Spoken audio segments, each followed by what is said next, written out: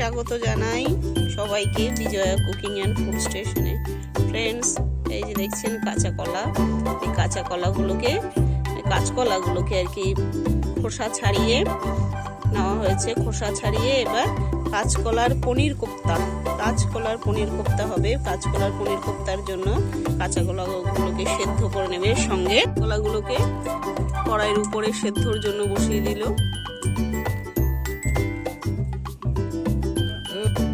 Friends, এই কাঁচা কলার কোপ্তার সঙ্গে কোপ্তা করার জন্য সঙ্গে দিয়ে দেব দুটো আলু, সেদ্ধ আলু, সব একসঙ্গে সেদ্ধ করে নেব। কাঁচা কলা কিন্তু অনেক দিক দিয়ে অনেকভাবে উপকার, বিশেষ করে প্রচুর ভরপুর আয়রন। আর একটু জল দিয়ে ঢেকে দেওয়া হবে। কাঁচা কলাগুলো আর সঙ্গে আলু সেদ্ধ হয়ে যাক। কলাগুলোকে সেদ্ধ করার জন্য দিয়ে দিচ্ছে হলুদ গুঁড়ো দিয়ে একটু নেড়ে তারপরে ঢেকে দেওয়া হবে।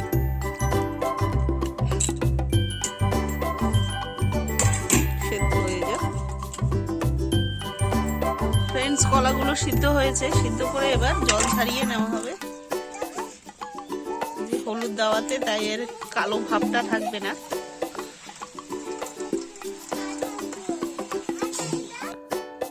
ফ্রেন্ডস, কাঁচা কলাগুলোকে সেদ্ধ করে এবার আলু আর কলা একসঙ্গে ভালো করে চটকে একটু ম্যাশ করে নেওয়া হবে, যাতে এর লাম্পস না থাকে, দানা দানা ভাব। তার জন্য কলাগুলোকে একটু ভালো করে হাত দিয়েই চটকানো হচ্ছে। চটকে তারপরে এগুলোকে মিহি করে নেবে। যেমন কসলাতে আলু আর কলা খুব ভালোভাবে মিহি হয়ে গেছে। এইভাবে ভালো করে চটকে কলা আর আলু মাথাগুলোকে সরষের তেল দিয়েছি। তেলে অল্প পাঁচফোড়ন দিয়ে এবার একটু শুকনো করে নেব। কলা আর আলুটাকে একই সঙ্গে ভুনা করার জন্য দিয়ে দেব লবণ স্বাদ মতন, দিয়ে দেব হলুদ গুঁড়ো, সব দিয়ে ভালো করে একটু নাড়াচাড়া করে নেব। এবার একই সঙ্গে দিয়ে দেব কাঁচা লঙ্কা, কুচানো কাঁচা লঙ্কা। খুব ভালো করে শুকনো করে আরেকটু করে এটাকে ভর্তার মতন মিহি করে নেব। করে নিয়ে নামিয়ে বন্ধুরা, এখন নামিয়ে এবার ছোট ছোট করে বলের সাইজ করে নেব। অনেকে আপনারা চাইলে এটাকে চ্যাপটাও করে নিতে পারেন, যে যেরকম শেপ পছন্দ করে সেই অনুযায়ী শেপ করে নেব। সবগুলো একত্রে গোল গোল করে নিয়ে এবার হালকা তেলে ফ্রাই করব। ফ্রেন্ডস, পনির কলার কোপ্তা করার জন্য আমি বলগুলোকে এবার সাদা তেলে ডিপ ফ্রাই করে নেব।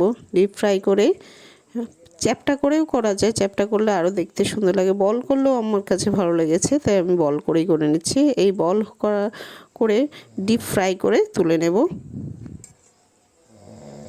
এই দেখুন বন্ধুরা, কত সুন্দরভাবে এই লাল লাল করে ভেজে তুলে নিচ্ছে এবং এতটাই মচমচে হয়েছে, দেখুন একটাও ভাঙবে না। এইভাবে বাদবাকিগুলোকেও ভেজে নেব।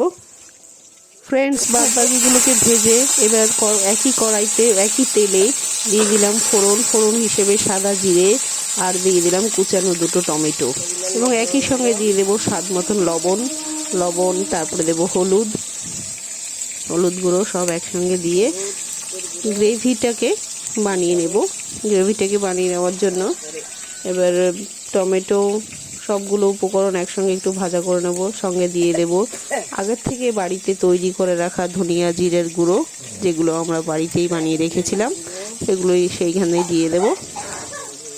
তো একসঙ্গে মশলাটাকে কষিয়ে নেব। দিয়ে দেব স্বাদ মতন ঝাল, পরিমাণ মতন ঝাল হিসেবে আমি দিয়ে দেব লঙ্কার দিলাম প্রয়োজন ঝাল অনুযায়ী লঙ্কার গুঁড়ো।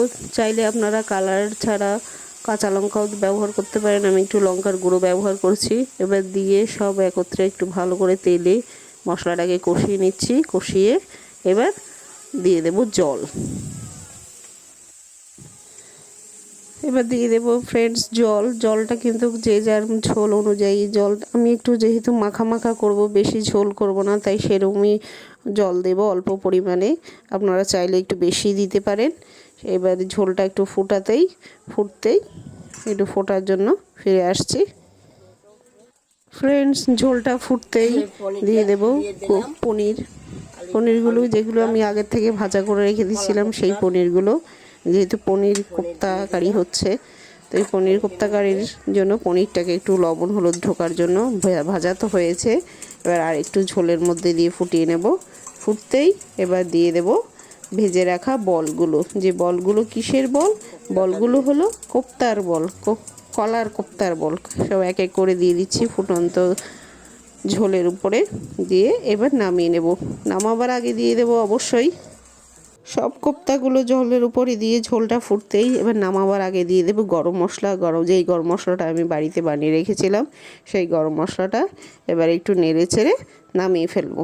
তাহলে ফ্রেন্ডস, আমার তৈরি হয়ে গেল পনির কোপ্তা কারি, যেটা আপনারা বাড়িতে অ্যাভেলেবেল থাকে কাঁচকলা, যার জন্য কোনো কাঁচকলা অ্যাভেলেবেল থাকে এবং খাওয়া তো খুবই উপকার। তাই আপনারাও এইভাবে বানান। আর যদি রেসিপিটা ভালো লাগে তাহলে অবশ্যই সাবস্ক্রাইব করে দেবেন।